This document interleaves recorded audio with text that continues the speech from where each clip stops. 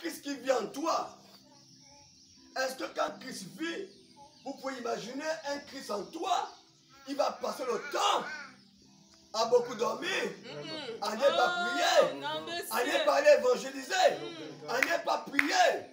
Un Christ qui vit en toi, il passe son temps à envier, il passe son temps à critiquer, il passe son temps à faire des choses semblables. Oh, un Christ en toi. Non, ça c'est pas l'esprit de Christ, mais ça c'est l'esprit de ce monde-là. Et là, tu viens à l'église. Tu n'as pas la nouvelle naissance. Oh Seigneur. Naître de nouveau. La nouvelle naissance. C'est tellement facile. Il dit ceci. Mais ce n'est pas le baptême du Saint-Esprit. Voyez, vous avez la nouvelle naissance au moment où vous croyez. Vous avez la vie éternelle. C'est un don de Dieu qui vous est donné par grâce souveraine. Amen. Oui. Vous recevez la nouvelle naissance, vous recevez la vie éternelle au moment dont vous croyez au Seigneur Jésus-Christ. Dieu vous fait un don. Peut-être dimanche prochain, on va parler des audiences. On va commencer au ciel là-bas, on va tourner. On va revenir sur la terre là. Alléluia. Amen. Oh, c'est un don de Dieu.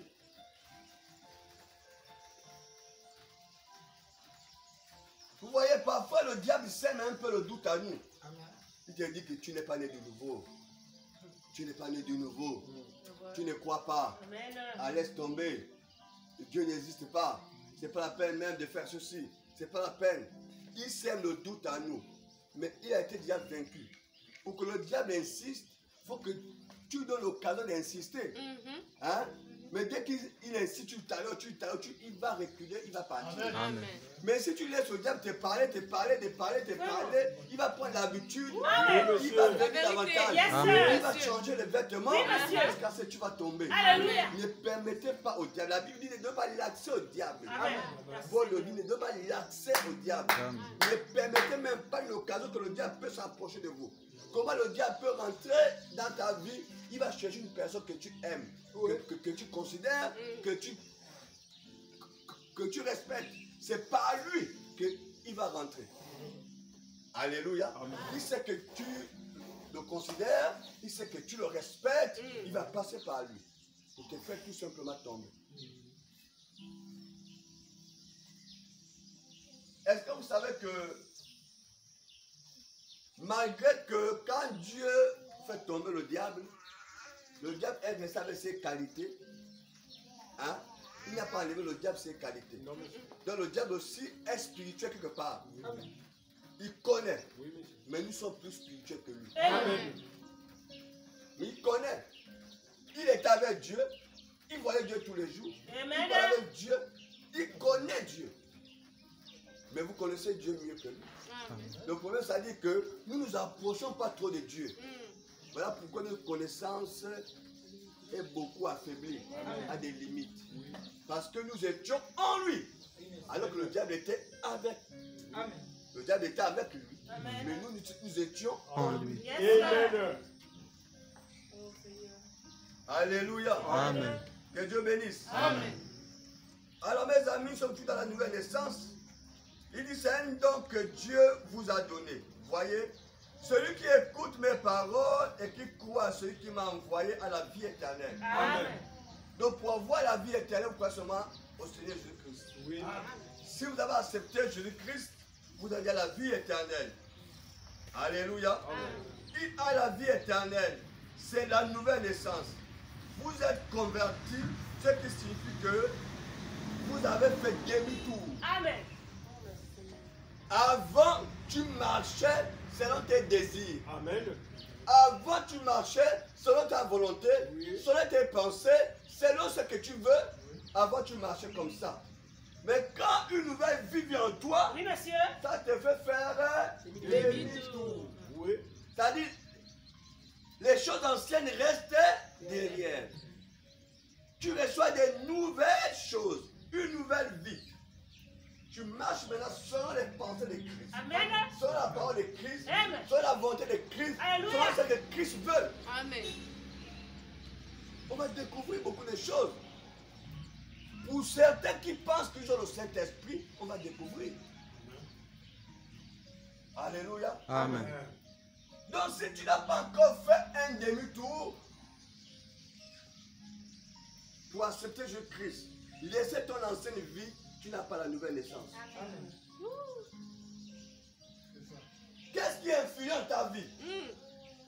Quelles sont les choses qui dominent ta vie? Amen. Quelles sont les choses qui gouvernent ta vie? Oh, amen. Qui t'influencent? Si on te met sur la balance, qu'est-ce qui va peser? Oh Seigneur. On prend tes œuvres, on prend la parole. Qui va peser? Qui va dominer qui? Alléluia. Amen. Non, mes amis. Cette audience nous pousse à réfléchir. Un jour, j'étais au tribunal. J'étais allé assister à ces audiences-là. Comment on jugeait les gens. Mais j'étais scandalisé. Moi, je suis sorti en tremblant, j'avais peur. Je vous dis la vérité. J'ai vu les gens qu'on peut donner raison ici. Mais là-bas au tribunal, ils ont tort. J'ai vu quelqu'un qui a raison, mais qui perd sa raison parce qu'il agit contre la loi. Amen. Quelqu'un qui fait ses bricoles, il fait son petit vin. Le camion arrive, il prend sa boisson, ses casiers, il dépose. Il paye, le camion part. Un bandando arrive là-bas, il prend ses bouteilles, casse. Imaginez ça. Tu as dépensé plus de 100 000 francs pour acheter ta boisson, pour aller vendre et gagner quelque chose. Un bandando vient là-bas, il casse. Quand il se retourne, il commence à tabasser. Amen. Et quand il tabasse, quand ils sont partis au tribunal, le tribunal a dit, mon ami, tu n'as pas droit de taper. Tu dois porter plainte. Comme tu as tapé coup et blessure, allez, tu as peut-être 6 mois d'emprisonnement. Waouh! Et pourtant, il avait raison. J'ai vu les gens par l'insulte. C'est qu'on dit aux autres simplement, aller en prison. Vous savez, il y a des méchants qui ne blaguent pas, un pays qui t'amène au tribunal. Alléluia. J'ai vu les choses, les bagarres qu'on fait dans les quartiers là. T'as eu s'est blessé, t'es pas le tu es en prison, j'ai vu ça de mes yeux. Les jeunes gens, je pleurais, j'étais assis. Je pleurais. Quand je suis sorti de là-bas, on a terminé dans les 1 heure. Il n'y a pas de taxi. J'ai pris le taxi qui m'a laissé au feu d'Akébé. Quand j'arrive au feu d'Akébé, la bagarre. J'ai crié, oh, ne faites pas ça, ne faites pas ça, ne faites pas ça. J'ai zappé, j'ai traversé le feu rapidement de côté. Je suis parti. Mais imaginez chez les hommes c'est ainsi, mais chez Dieu c'est comment? C'est le miroir, c'est la télévision qui sera là. Toi-même tu vas regarder tes propres œuvres. Amen. Ça dit que c'est ce que tu fais que toi-même tu vas suivre. Et ça on verra. Alléluia. Amen. Donc la nouvelle naissance, mes amis, c'est important d'accepter Jésus-Christ de tout votre cœur. Amen. Quand on accepte Jésus de tout le cœur, il vient. Et l'ancienne vie quitte. C'est maintenant sa vie qui rentre en nous. Est-ce qu'on est ensemble là? Amen. C'est un demi-tour. Et chacun doit se poser des questions. Oui, monsieur. Si on a déjà fait demi-tour avec le monde, est-ce qu'on a déjà fait demi-tour avec le monde? Ou nous sommes encore dans le monde? Ou nous sommes encore influencés par le monde? Amen. Est-ce qu'on a déjà fait demi-tour? Alléluia. On se pose des questions. Oui. C'est à partir du moment que tu es humble que tu te poses des questions que Dieu va t'aider. Amen. Mais si tu ne te poses pas de questions, Dieu ne t'aidera pas. Voilà pourquoi l'apôtre Paul a dit, examinez vous-même si vous êtes dans la foi. Amen. Et le moment que tu t'arrêtes, tu t'examines, est-ce que je marche conformément à la parole? Amen. Et le Saint-Esprit humblement viendra te dire non. Oui, monsieur. Ou oui, mon fils, vas-y. Amen. Ou non. Règle ce cas, règle ce cas, règle ce cas. Et rendons grâce à Dieu qui m'a donné le vouloir et le pouvoir. Amen. Si tu sens l'envie de venir à l'église, ça dit que Dieu a un plan avec toi. Amen. Si tu sens envie de venir dans l'église, Dieu t'aime. Alléluia. Parce que quand tu viens écouter la voix de Dieu, nous avons les auditions avec le Seigneur Jésus-Christ. Amen. Maintenant, c'est le Seigneur qui nous parle. Oui, Et monsieur. quand il nous parle, il active quelque chose ici. Oui. Si peut-être les feux se sont arrêtés, les feux là vont allumer encore. Amen. Alléluia. Mais il y a des gens qui s'en foutent de l'église. Il y a des gens que l'église, pour eux, ils s'en foutent. Parce qu'ils ne sont pas dans le plan de Dieu. Amen. Personne ne peut venir à lui sans être attiré par lui. Alléluia. Amen. C'est lui qui nous attire. Oui, monsieur. C'est lui qui t'attire. Amen. Il met en toi le vouloir Oh, et le gloire à pouvoir, Dieu. l'envie Oui. et la Oh, capacité. merci, Amen. Je pouvais dire à quelqu'un que j'ai fait un témoignage parce que un dimanche, avec ma famille, on ne savait pas comment être à l'église. Quand on vient nous tous, on a peut-être dans les 12 000. Je ne savais pas comment. J'ai porté mes vestes. Je suis sorti, j'ai dit on part à l'église. Jusqu'au point qu'on était à la route. C'est la route que j'ai trouvé 1000 francs. J'ai traîné à la route. J'ai dit allez du matin là-bas, là on doit prendre le taxi, je passe ça pas que. Mais je n'avais rien. Et Dieu m'explique à peine. Quand j'ai appelé, il dit pasteur, moi je t'envoie 5 000. Il m'envoie 5 000, j'ai bon part. Pourquoi? Parce qu'il a mis en moi le vouloir, il a mis un pouvoir. Amen. Ayez d'abord une bonne volonté. Amen.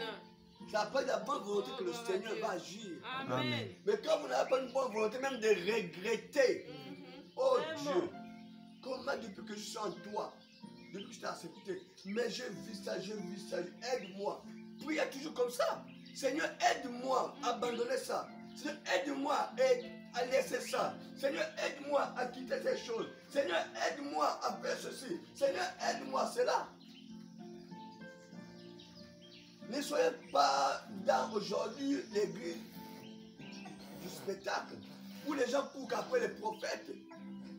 Est-ce que vous savez que beaucoup de gens ne sont pas prophètes?